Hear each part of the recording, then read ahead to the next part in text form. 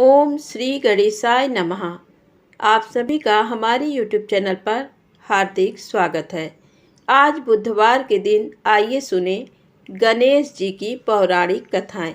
एक गांव था जिसमें एक सेठ जी अपने परिवार के साथ रहते थे। सेठ जी का गांव के पास के ही शहर में बड़ा व्यापार था। सेठ जी गणेश जी की पूजा श्रद्धा एवं विश्वास से करते थे, जिससे सेठ जी के घर में अन्न धन के भंडार सदैव ही भरे रहते थे। उनके जीवन में किसी भी प्रकार की कोई कमी नहीं थी।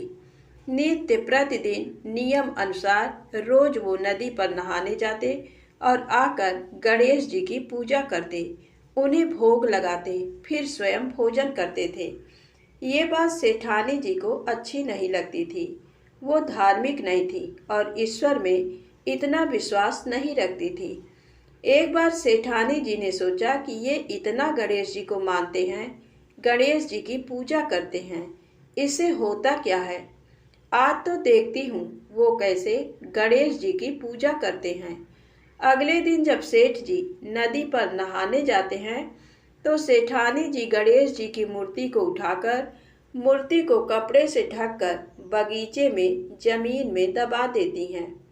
जब सेठ जी नदी पर से नहाकर घर आते हैं और देखते हैं कि गणेश जी की मूर्ति तो मंदिर में नहीं है, तो वो सेठानी से पूछते हैं, गणेश जी की मूर्ति मंदिर में नहीं है, कहाँ गई। तो सेठानी जी बोलती है, मुझे नहीं मालूम, मूर्ति को घर में बहुत ढूंढते हैं उस दिन, क्योंकि वो गणेश जी को भोग नहीं लगा पाए थे। इसके लिए सेठ जी ने अन्न जल का भी त्याग कर दिया और गणेश जी से प्रार्थना करने लगे कि हे प्रभु, लगता है आप मुझसे रुष्ट हो गए हो और कहीं चले गए हो। आप अपनी कृपा दृष्टि मुझ पर बरसाइए, प्रभु मुझे दर्शन दीजिए। सेठ जी ने मन ही मन सोचा कि अब से जब तक आप मुझे मिल नहीं जाते, मुझे दर्शन नहीं दे देते, तब तक मैं अन्न जल का त्याग करता हूँ। वो दिन पूरा निकल गया। रात्रि में सेठ जी की भक्ति से प्रसन्न होकर गणेश जी भगवान ने स्वप्न में भगवान एक छोटे से चूहे के साथ खेल रहे होते हैं और चूहे को खाने को लड्डू देते हैं। चूहा लड्डू लेकर बगीचे में जाता है और जमीन को खोदता है और लड्डू वहीं डाल देता है। अचानक सेठ जी की नींद खुल जाती है। सेठ जी बगीचे में जाते हैं और वहीं खोदते हैं जहां उन्होंने सपने में देखा था, और वहीं से उनको थोड़ी सी जमीन खोदने पर कपड़े में लिपटे हुए गणेश जी की मूर्ति मिलती है। सेठ जी गणेश जी की मूर्ति की पूजा करके उनको यथास्थान स्थापित करते हैं और सेठानी के पूछने पर सारा वृत्तांत उन्हें सच सच बताते हैं। बात को जानकर सेठानी जी को आश्चर्य होता है और सेठानी जी मन ही मन श्रद्धा एवं विश्वास से गणेश जी भगवान की भक्त बन जाती हैं और सेठ जी से कहती हैं कि मुझसे बड़ा भारी अपराध हो गया है। अब हम दोनों पति पत्नी प्रेम सहित गणेश जी भगवान की आराधना करेंगे एवं उनकी पूजा में कभी कोई कमी नहीं आने देंगे। ये सुनकर सेठ जी अत्यधिक प्रसन्न हो जाते हैं और दोनों पति पत्नी गणेश जी भगवान को धन्यवाद करते हैं। प्रेम से बोलो गणेश जी महाराज की जय हो। गणेश जी की दूसरी कहानी। एक सेठ और सेठानी रहते थे। वह बहुत ही धार्मिक प्रवृत्ति के थे और गणेश भगवान के अनन्य भक्त थे। वह दोनों बिना चुके हर बुधवार को गणेश जी का व्रत रखते थे और शाम को 11 ब्राह्मणों को भोजन खिलाने के बाद ही अपना व्रत खोलते थे। सेठ जी का काफी बड़ा परिवार था। वह सब आपस में बड़े प्यार और भाईचारे से रहते थे, लेकिन सेठ और सेठानी की कोई संतान नहीं थी।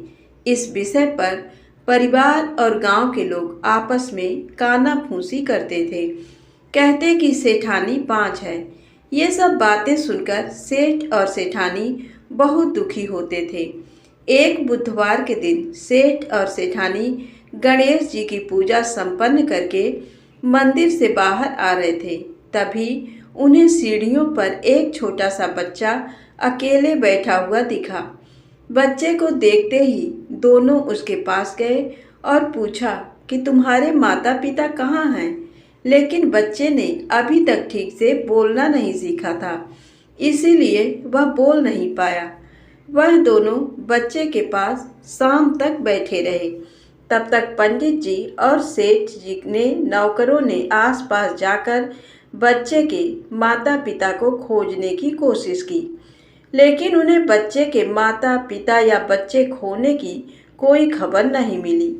फिर पंडित जी ने सेठ और सेठानी को बच्चा अपने घर ले जाने के लिए कह दिया।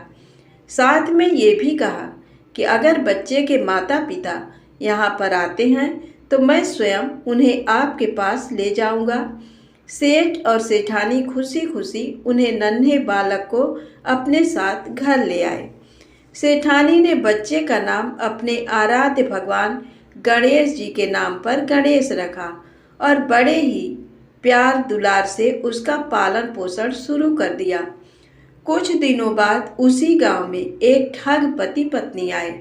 उनका इरादा गांव के सबसे अमीर आदमी को ठगने का था। वह दोनों ठग गणेश मंदिर की सीढ़ियों पर बैठे सोच विचार कर रहे थे। वहां पर पंडित जी आए और गांव में अनजान लोगों के दिखते ही उनसे पूछा, क्या आपका बच्चा खो गया है? दोनों ठग तो चोरी चकारी के लिए बहाना ढूंढ ही रहे थे, इसलिए उन्होंने तुरंत हाँ कह दिया। तब पंडित जी ने कहा, चिंता की कोई बात नहीं, आपका बच्चा एक सेठ जी के घर पर पल रहा है। पंडित जी उन दोनों को सेठ जी के घर पर ले गए। गणेश के माता पिता आए हैं ये खबर सुनकर सेठ और सेठानी बहुत दुखी हुए। सेठ जी ने उन दोनों पति पत्नी को एक रात के लिए अपने अतिथि गृह में ठहराया। अब वह दोनों ठग सिर्फ मौके की फिराक में थे। उसी रात सभी लोग सो जाने के बाद वे ठग एक एक करके सभी कमरों की तलाशी लेने लगे। तलाशी लेते लेते वह दोनों तिजोरी वाले कमरे में पहुंच गए। छानबीन के वक्त होने वाली छोटी मोटी आवाज़ों से सेठ जी का एक नौकर जग गया और आवाज़ की दिशा में तिजोरी वाले कमरे के नज़दीक आ पहुंचा। उसने चुपके से अंदर झांक कर देखा तो दोनों मेहमान कीमती सामान चुरा रहे थे। नौकर ने ये देखते ही धीरे से उस कमरे के बाहर की कुंडी लगा दी और चोर चोर बोलकर पूरे घर में हल्ला कर दिया। शोरगुल की आवाज़ सुनते ही घर के सारे लोग इकट्ठा हो गए। फिर सेठ जी ने उन दोनों चोर पति पत्नी को कमरे से बाहर निकाला और सुबह सुबह पंचायत में हाजिर कर दिया। सेठ जी ने सरपंच जी को पूरा मसला बताया और कहा कि ये दोनों तो चोर हैं, अब हम पुत्र गणेश को इन दोनों को नहीं देंगे। लेकिन वो दोनों ठग पति पत्नी अपनी जिद पर अड़ गए और बच्चे को ले जाने की जिद करने लगे। सरपंच जी ने इस गंभीर समस्या का एक तोड़ निकाला। उन्होंने सेठानी और उस दूसरी औरत को गणेश जी के सामने खड़ा कर दिया और कहा, जिसके भी आंचल से दूध की धार गणेश के मुंह में जाएगी, बालक गणेश उसके पास ही रहेगा। फिर वे दोनों अपने अपने आंचल मुंह के सामने फैलाकर खड़ी हो गई। सेठानी जी मन ही मन गणेश भगवान के नाम का जाप कर रही थी। देखते ही देखते गणेश भगवान की कृपा से सेठानी के आंचल से दूध की एक धार गणेश जी के मुंह में गिरी और इस तरह बालक गणेश सेठ और सेठानी के साथ हमेशा के लिए रहने लगा। गणेश जी की दूसरी कहानी। ये बहुत समय पहले की बात है। एक दिन गणेश जी धरती पर सैर कर रहे थे। सैर करते करते वह एक अनाज के खेत में पहुंच गए और भूख लगने के कारण उन्होंने उस खेत में से 12 अनाज के दाने तोड़कर खा लिए। वह खेत सेठ धनीराम जी का था। कुछ समय बाद गणेश जी को अपने किए पर पछतावा होने लगा, क्योंकि उन्होंने सेठ जी को बिना पूछे ही उनके खेत से अनाज चुरा लिया था।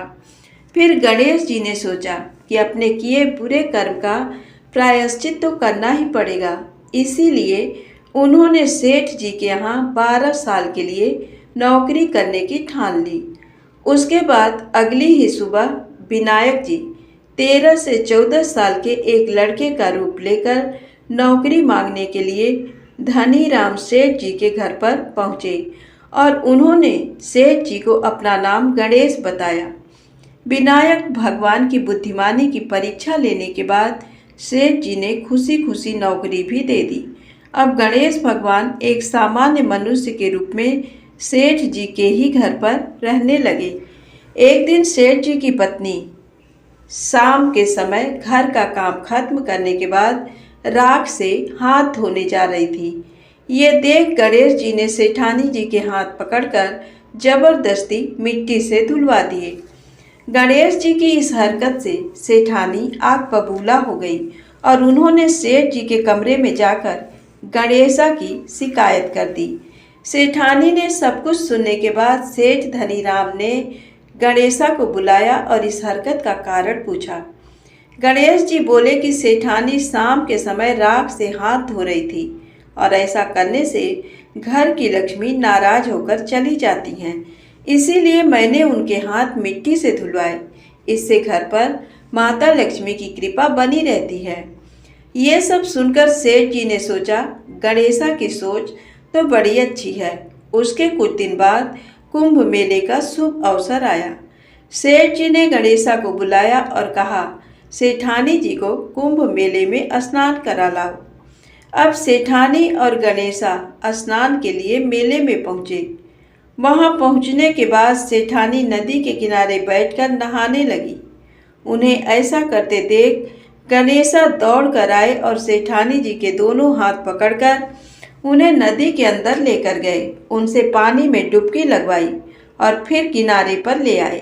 अब गणेशा की इस हरकत से तो सेठानी का गुस्सा 7वें आसमान पर पहुंच गया।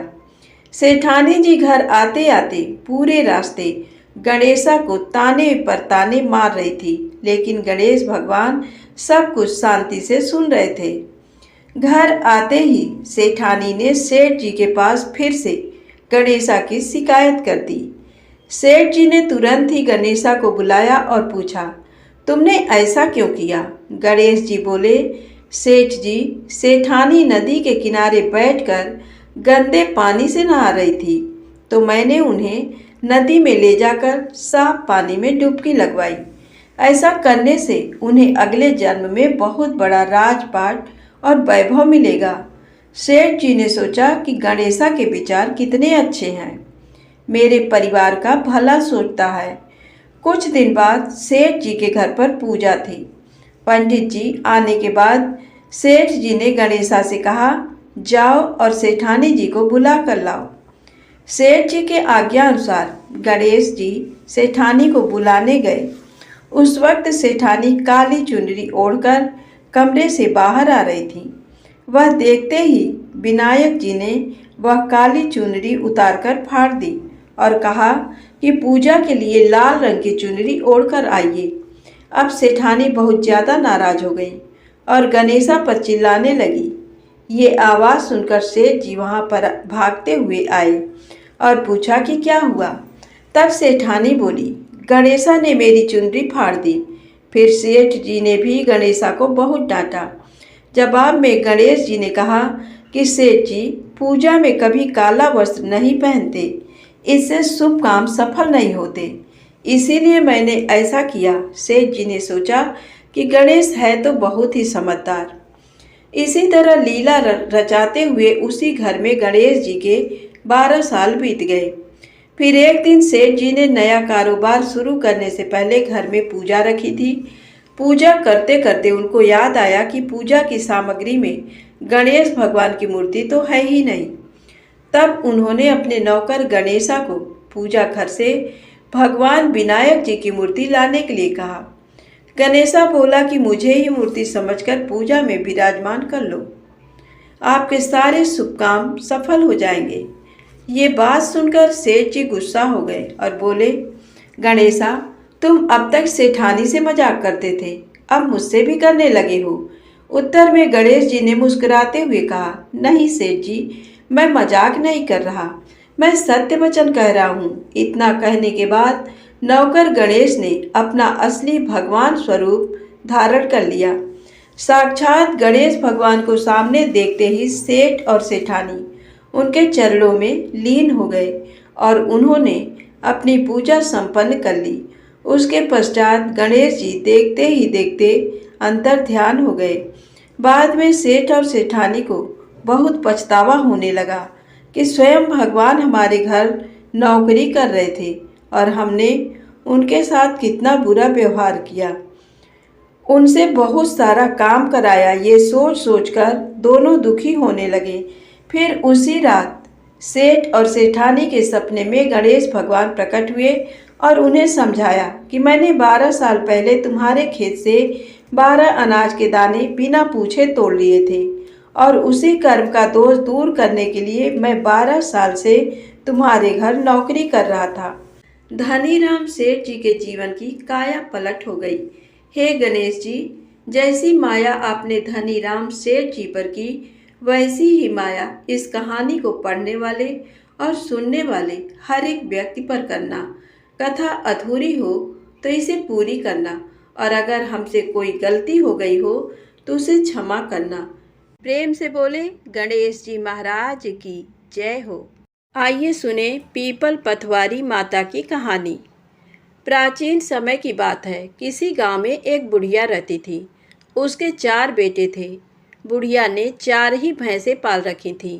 पुरुषोत्तम का महीना आने पर बुढ़िया ने अपनी चारों बहुओं को बुलाया और कहा कि मैं तो पुरुषोत्तम मास स्नान करने किसी तीर्थ में जा रही हूँ। तुम चारों एक एक भैंस रख लो, मैं 1 महीने में वापस आऊँगी। चारों बहुओं में से सबसे छोटी बहू बुढ़िया की लाडली थी। बुढ़िया ने जाते जाते ये भी कहा कि मैं 1 महीने में जब वापस आऊँगी तो देखूंगी कि किसने सबसे ज़्यादा घी जोड़ा है। बुढ़िया की बातें सुन तीनों बड़ी बहुओं ने सोचा कि यही समय है बुढ़िया को बताने का कि छोटी बहू को कुछ नहीं आता है। वह दही बिलोना नहीं जानती थी और ना ही उसे पता था कि घी कैसे बनाते हैं। उसकी जेठानियों ने भी जानबूझकर उसे कुछ नहीं बताया ताकि बुढ़िया वापस आने पर उसे डांट फटकार कर सके। तीनों जेठानियां घी बनाने में जुट गईं, लेकिन छोटी बहू को कुछ नहीं आता था तो वह सारे दूध दही को पीपल की पथवारी में गिरा देती। मन से वह बहुत भोली थी। महीना पूरा होने पर तीनों जेठानियों ने एक एक डिब्बा घी का भरकर रख लिया। छोटी बहू ने जरा सा भी घी नहीं निकाला था। वह तो सारा दूध दही पीपल पथवारी पर गिरा आती थी। बुढ़िया की आने की खबर जब बहू ने सुना तो वह पथवारी माता से कहती है कि मैं क्या करूं? मैंने तो सारा दूध दही यहाँ गिरा दिया है। अब मेरी सासू माँ आकर घी के बारे में पूछेगी तो मैं क्या जवाब दूंगी? तब पथवारी माता कहती हैं कि तुम ये 4 कंकड़ ले जाओ और 4 अलग अलग डिब्बों में रख देना। इससे चारों डिब्बे घी से भर जाएंगे। तब उसने ऐसा ही किया और उसके पास 4 डिब्बे घी हो गया। अब सासू माँ घर आईं और आते ही उसने चारों बहुओं को कहा कि लाओ अपना अपना घी दिखाओ कि किसने कितना घी जोड़ा है। तीनों जेठानियाँ अपना घी का डिब्बा ले आईं और मन ही मन खुश होने लगीं कि अब छोटी बहू को सास से डांट पड़ेगी।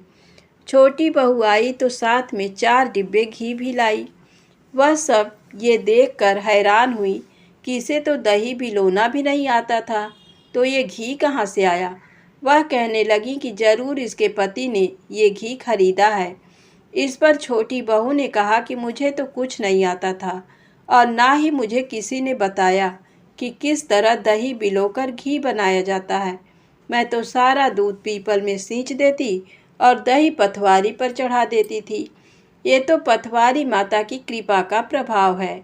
छोटी बहू की सारी बातें सुनकर बहुओं ने कहा कि अगर पथवारी माता को सींचने से इतना अधिक पुण्य मिलता है तब हम भी पीपल और पथवारी माता को सींचेंगे। हे पथवारी माता, जैसे आपने छोटी बहू की सुनी वैसे ही आप सभी की सुनना। प्रेम से बोलें पीपल पथवारी माता की जय हो। दोस्तों, यदि आपको कहानी अच्छी लगे तो प्लीज़ लाइक अवश्य करें, चैनल को सब्सक्राइब करें। जय माता दी, जय भोलेनाथ।